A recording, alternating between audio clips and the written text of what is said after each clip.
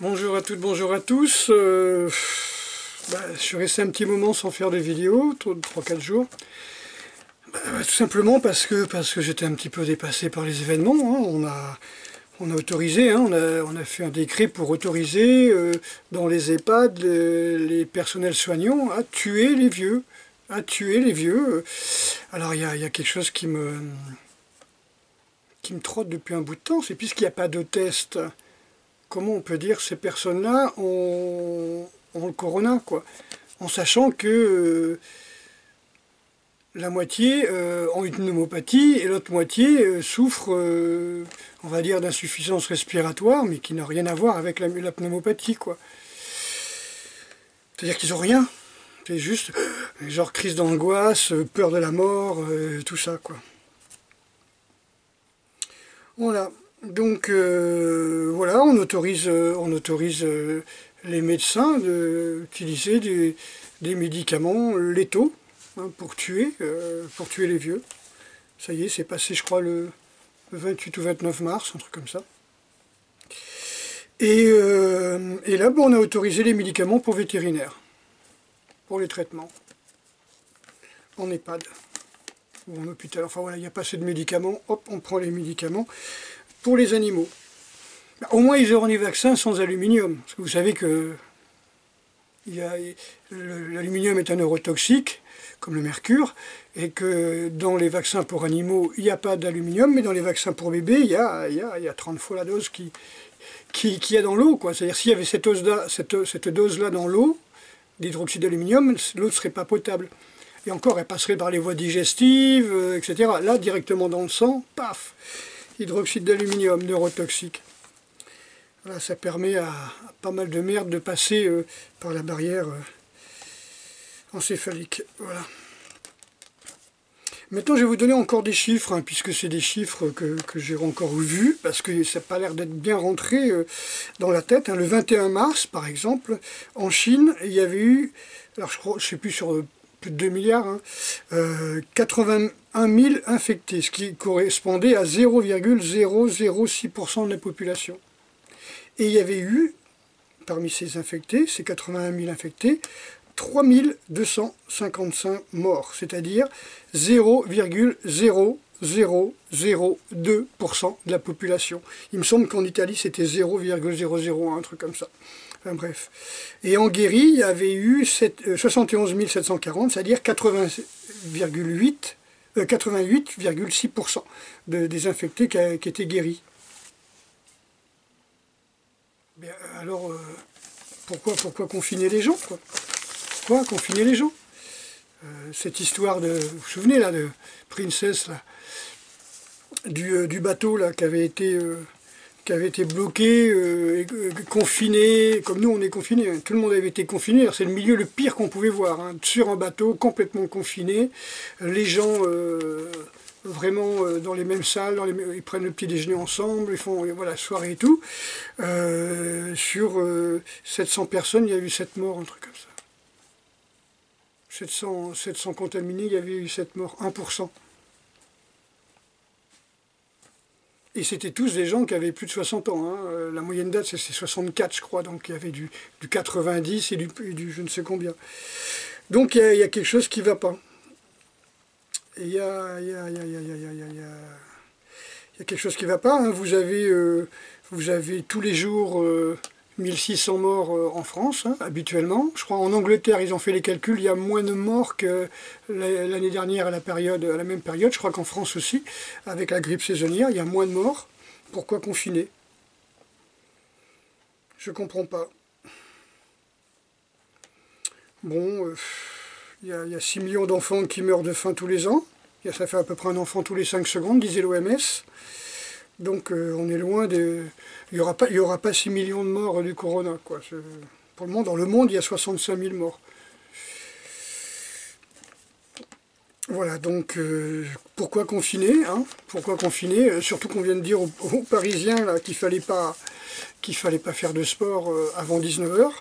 Bon, perso, bon, c'est un petit peu mon métier, hein. Si vous faites du sport après 19 h, le temps de descendre à l'adrénaline, bon, vous allez avoir des sacrées difficultés à dormir. Et si vous dormez mal, eh bien, vous baissez votre système immunitaire. Le foie n'a pas réussi à tout gérer les toxines. Donc vous allez être en colère, vous allez être mal.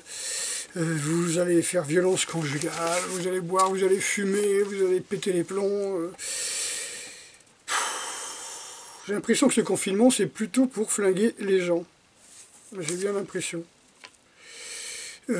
Voilà, donc, sinon, il y a quelque chose d'important en biologie, comme par exemple dans les intestins. Si vous avez, par exemple, beaucoup... Votre biotope et votre biome intestinal, on va dire, est déséquilibré, c'est-à-dire vous avez plus de champignons, parce que vous êtes un fou de la levure de bière, de la bière, du pain, enfin tout ce machin qui contient de la levure, vous êtes un fou de champignons, eh bien vous allez avoir par exemple beaucoup de champignons dans les intestins. Ces champignons, ben, ils vont faire beaucoup de gaz, ils vont se nourrir de beaucoup de soufre par exemple, et puis tout d'un coup, qu'est-ce qui va se passer? Il va se mettre à avoir beaucoup plus de virus et de bactéries pour, comment dire, réguler le nombre de ces champignons. Et si vous avez plus de bactéries, vous allez avoir plus de champignons ou de virus. On le sait parce que, par exemple, si vous voulez tuer tous les champignons parce que vous dites tiens j'ai telle ou telle candidose, vous prenez un produit contre les champignons et puis en fin de compte vous n'avez plus de champignons du tout, donc vous allez avoir beaucoup plus de bactéries tout d'un coup qui vont proliférer et donc les virus vont augmenter aussi pour réguler les bactéries. C'est une loi, hein, je crois qu'on appelle la loi de tuer le plus fort, un truc comme ça, hein, celui qui bouffe tout, celui qui domine. Et bien dans la nature c'est pareil. Hein, c'est Seymour Bruxelles qui en parle. Dans la nature, quand une espèce bouffe plus qu'il ne faut une grande majorité en gros des richesses qu'il y a sur un terrain, eh bien la nature se charge de l'éliminer. De là de dire que le virus Covid-19 est naturel, je n'irai pas jusque-là. Mais les virus en général, les Covid, les SRAS, tout ce qu'on veut, les grippes, etc., tous les pneumopathiques, on va dire, ben oui, ça existe dans la nature et le rôle c'est de réguler. C'est notre prédateur, on n'a pas d'autre prédateur que les virus, c'est notre propre connerie. Si vous restez enfermé et que vous ne prenez pas l'air, vous ne prenez pas le soleil, vous bouffez, et vous, comment on peut dire, fatiguez votre système immunitaire, quoi, qui va passer son temps à essayer de lutter contre les merdes que vous mangez, eh bien forcément votre système immunitaire va baisser et vous serez flingué. C'est quand même bizarre que plus de 85% des gens qui meurent du Covid sont obèses, quoi. Fumeurs et obèses, vous voyez, ou fumeurs ou obèses, quoi. Mais c'est quand même dingue, quoi. Et qui ont déjà des maladies. Ils sont diabétiques, ils ont le BPCO, hein, la bronchopneumonie occlusive, hein, d'accord. Donc forcément, ça ne tue pas n'importe qui, voilà. De là à dire qu'il y a des gens qui vont être payés pour prétendre qu'ils sont malades. Voyez, moi, je vais vous dire un petit truc, vous en ferez ce que vous voulez, puisqu'on me traite de dingue, vous en ferez ce que vous voulez. Quand il y a eu le Sidaton, ils ont fait au départ venir une fille qui était venue au micro en pleurant. Oui, je vais mourir, j'ai le sida, j'ai eu des rapports sexuels sans préservatif, je vais mourir, combien de temps il me reste à vivre, bref. Ok, ça a bien marqué, elle pleurait bien, etc. Ok. Et puis, je sais pas moi, 6 mois, 8 mois après, chez De Chavannes, il y avait des gens qui étaient là. Tout d'un coup, je revois la fille, quoi. Ça m'a marqué puisqu'elle ressemblait à une amie que je connaissais. Donc, une amie de ma mère qui avait plusieurs filles et un garçon, et on a été élevés presque ensemble. Hein, donc, je connaissais très bien cette fille-là. Et j'ai dit, ça c'est bizarre, qu'est-ce qu'elle lui ressemble et tout. Et là, ben, cette fille-là, je la revois chez De Chavannes. en faisant des grands trucs, et je l'avais vu dans une ou deux émissions de Chavannes à des sujets différents. Coucou, c'est nous. Avant, je ne comprenais pas. Et puis après, De Chavannes explique et avoue que ces émissions étaient bidonnées, qu'en fin de compte, c'était pas des partouzards qu'il y avait d'un côté et des couples fidèles, etc. Et puis ouais, et en fin de compte, c'était faux. C'était des groupes, alors ça s'appelait machin d'improvisation parisien, enfin un truc comme la troupe d'improvisation. C'est des gens qui faisaient des championnats d'improvisation. Donc étaient habitués à improviser. Donc cette comédienne qui faisait de l'improvisation, elle avait été employée par je ne sais qui pour venir à l'émission nous pleurer comme quoi elle avait eu le corona, pas le corona, pardon, qu'elle avait eu le sida. Voilà, et puis elle est toujours là, hein, je veux dire, donc si elle se voit, qu'elle se dénonce, comme dit l'autre, parce que c'était du pipeau. Des gens qui font les faux blessés dans les attentats, il y en a. Hein. Je répète encore une fois que quand j'avais 14 ans, j'étais employé par la Croix-Rouge pour simuler avec d'autres personnes des blessés d'un accident d'avion, d'un crash d'avion. Voilà. Donc il y a plein de false flags comme ça que l'on fait. Donc il y a des moments où je me demande. Regardez sur ma page Facebook, vous avez quelqu'un, alors je ne me rappelle plus si c'est Montpellier ou dans une ville dans ces environnements, il va dans deux hôpitaux, l'accueil est vide, il n'y avait personne, il monte dans les étages, il filme dans les couloirs, tout ça, il n'y a personne, il rencontre personne, il croise personne. Pareil aux États-Unis, pareil au Danemark ou je ne sais dans quel pays. Donc il y a des hôpitaux qui sont totalement vides, un petit peu quand Macron est venu faire ses 30 lits supplémentaires à Mulhouse. D'autres personnes qui travaillaient sur Mulhouse dans les cliniques disaient oui, mais nous c'est vide. Nous, le service Réa, c'est vide. Il n'y a personne. Les chambres sont vides. S'ils veulent des chambres, pourquoi ils ne sont pas venus chez nous plutôt que de faire un pataquès médiatique. Voilà. Donc, profitez de votre confinement pour vous prendre de la distance avec tout ce genre de trucs qui puent. Ça pue vraiment, cette histoire. Ça pue vraiment. Je pense qu'il va y avoir des gens que vous allez voir apparaître avec le masque, en train de pleurer, en disant oui, mais chez nous, je vois les cadavres qui s'entassent et tout. Bah oui, mais moi, je vois pas les pompes funèbres qui travaillent 24 heures sur 24 chez nous. Hein. Voilà. Donc, qu'est-ce qu'ils font? Les bouffent ou quoi? Donc, profitez du temps pour vous occuper de vous. Hein, vous savez le principe, vous avez été stressé par votre travail. Un travail veut dire contrainte. Donc, ça veut dire que vous n'étiez pas trop d'accord d'aller embaucher tous les matins. Vous faisiez chier, vous perdez votre vie, vous perdez votre temps. Le temps, c'est de la vie, votre énergie, votre vie, votre temps. Et tout d'un coup, cette énergie, cette vie, ce temps, vous est réapproprié. Profitez-en pour savoir si votre boulot vous plaît vraiment, si c'est vraiment ce que vous voulez faire. Si c'est vraiment...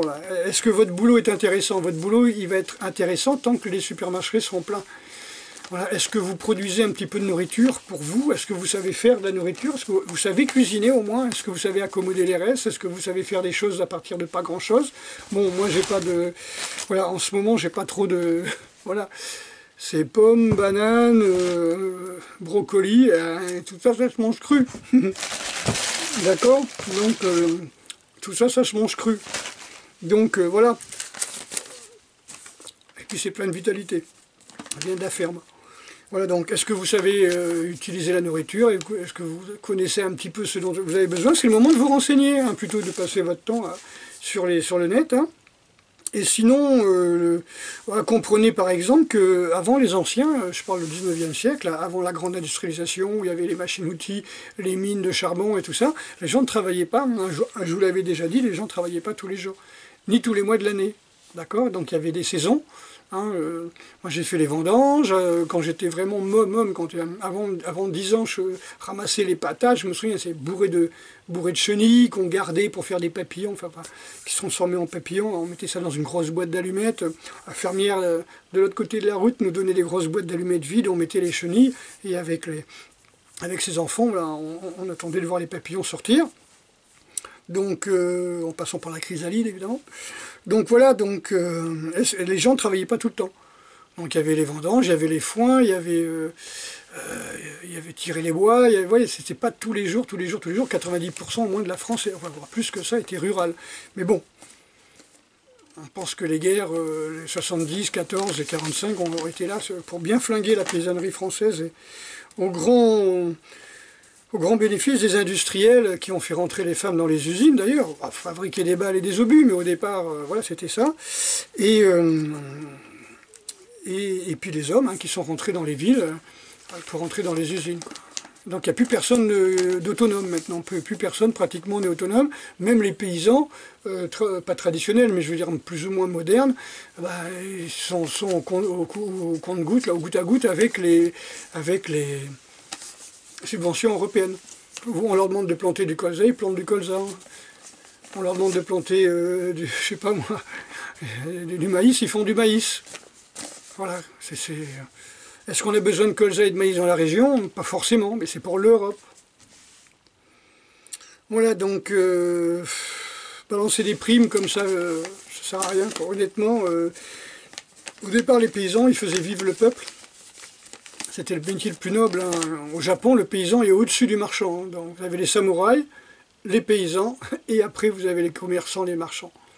Un petit peu au Moyen-Âge où les gens, c'est pareil, les commerçants, ils tripotaient de la monnaie, c'était pas la bonne caste. C'était pas la bonne caste. Les paysans, c'était quelque chose, quoi. Ils produisaient la nourriture, comment vous ferez pour manger? S'il n'y a pas des Africains là, dans le sud de l'Espagne qui vivent sous des serres immenses là, dans les grands déserts, comment vous feriez? Comment vous feriez pour manger? Voilà, donc n'hésitez pas à vous renseigner sur qu'est-ce qu'il faut que je mange, qu'est-ce qu'il faut que je mange, qu'est-ce qu'il faut que je fasse de ma vie, qu'est-ce qu'il faut que je fasse de mon temps.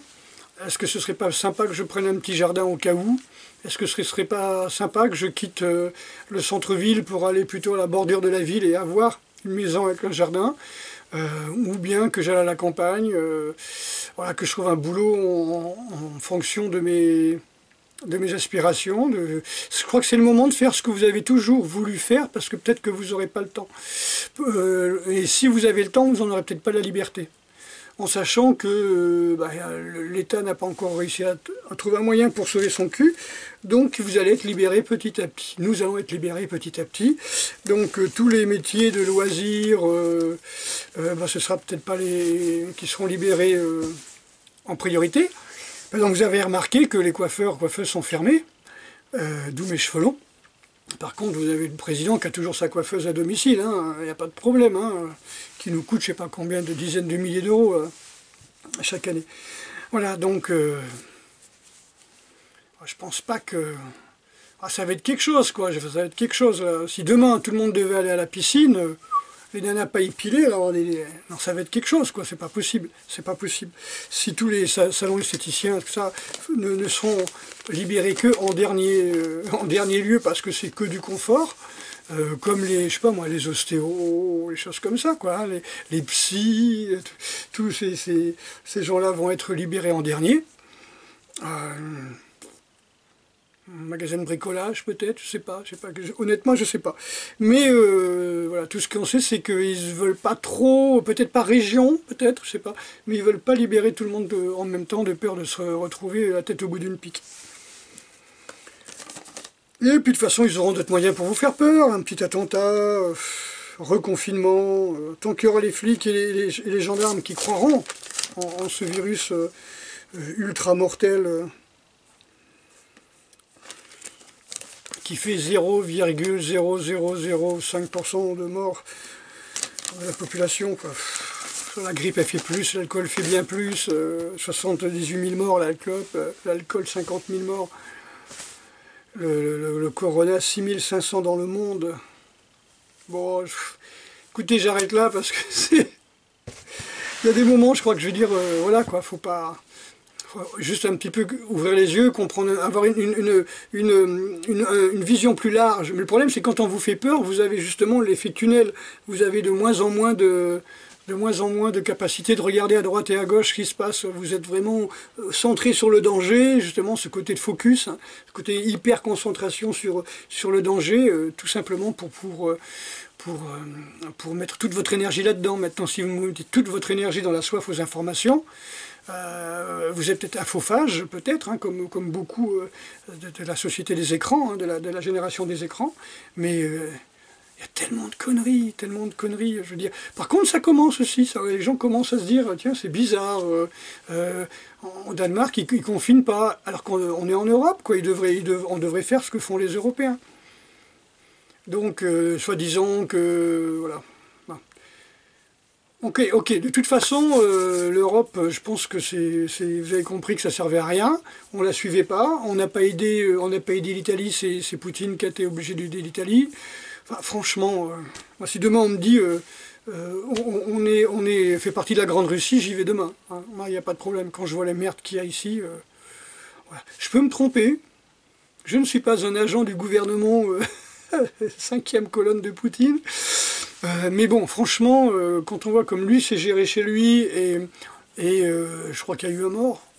Et je vous dis pas, c'est grand comme l'Europe, hein, je ne sais pas combien de millions d'habitants ils ont, mais alors si sur 700 millions ou 300 millions ils ont un mort, ça va. Et voilà. Ok, donc les chiffres officiels, déjà ils sont bien boostés chez nous, hein, ils sont bien poussés, mais on sait qu'ils sont faux, et que si on prend les chiffres officiels, ça correspond à que dalle, quoi. Je veux dire 0,0001% par exemple de la population. Manger des oranges, manger des pommes, manger des bananes, des citrons, que du cru, manger du cru, voilà. Travaillez votre système immunitaire, prenez la bioénergie. Une fois que vous avez bien reposé, vous avez bien chassé, là, bien enlevé le stress, là, fermé les écrans, fermé les ordi, fermé la télé, et puis au moins 1 heure par jour, là, faites une colonne avec tout ce qui est utile, tout ce qui est inutile, tout ce que vous achetiez d'habitude, vous n'achetez pas, et vous êtes quand même vivant, super. Voilà, comprenez ça, comprenez voilà, tout ce qui a été utile, votre petite lotion à l'eau de rose, votre shampoing, après-shampoing, sur-shampoing,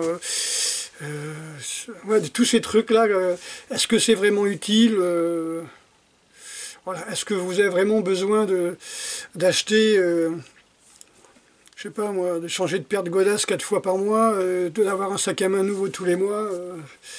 Je parle pour les femmes, après les hommes, je sais pas, moi je dépense pas beaucoup, mais est-ce que vous avez besoin aussi de changer de cravate, de fringues, d'acheter autant de clopes, voilà quoi. Comprenez un petit peu où passe votre argent, et est-ce que ce serait pas mieux de réduire votre temps de travail pour vous occuper de vous, et voilà quoi. Déjà si vous arrêtez à 10 paquets, à 10 € le paquet, si vous prenez un paquet par jour, ça fait quand même 300 € par mois, quoi, tu vois.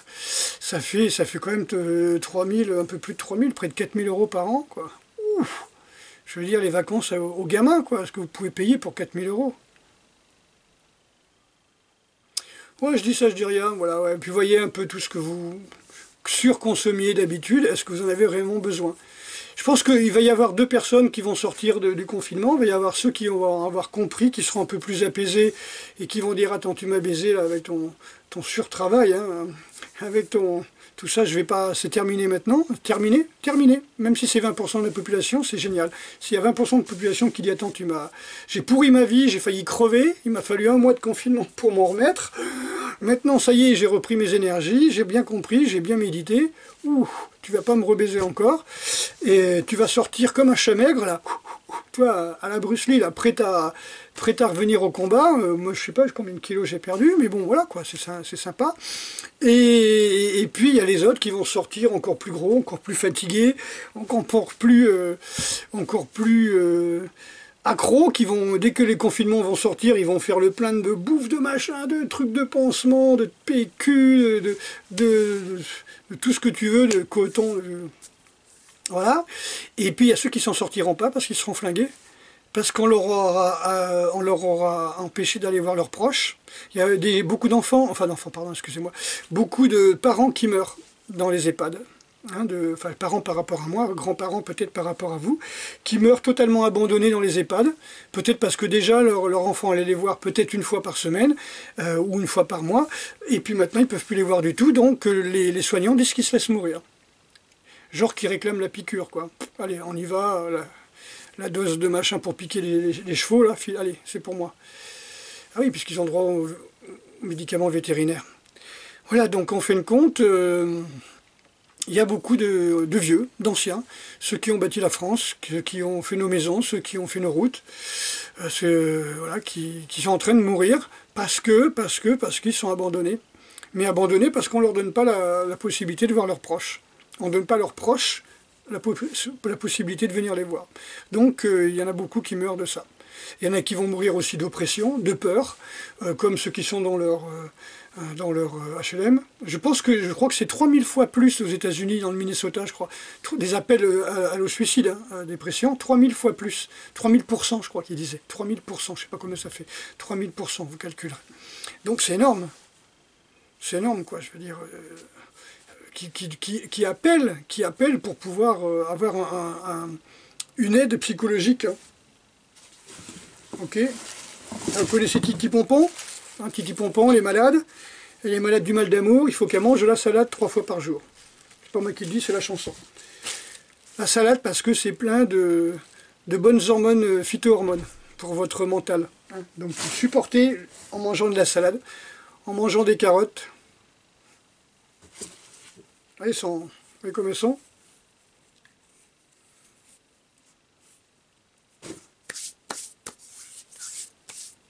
Allez, je me prive pas de vous raconter la blague. C'est des vieilles, elles sont en train de ramasser des patates. Bon, ça c'est pas des patates, hein. Vous voyez comme elles sont. Et puis il dit, oh, elles sont là, en train, comme je l'ai fait, hein, ramasser les patates dans la terre et les mettre dans les sacs. Et puis il y en a une, Charlotte, elle fait, oh, regarde ça là. Elle me rappelle les coucougnettes de mon mari. Hein. Alors là, tu dis, wow, tu veux dire que les coucougnettes de Marcel, elles sont aussi grosses?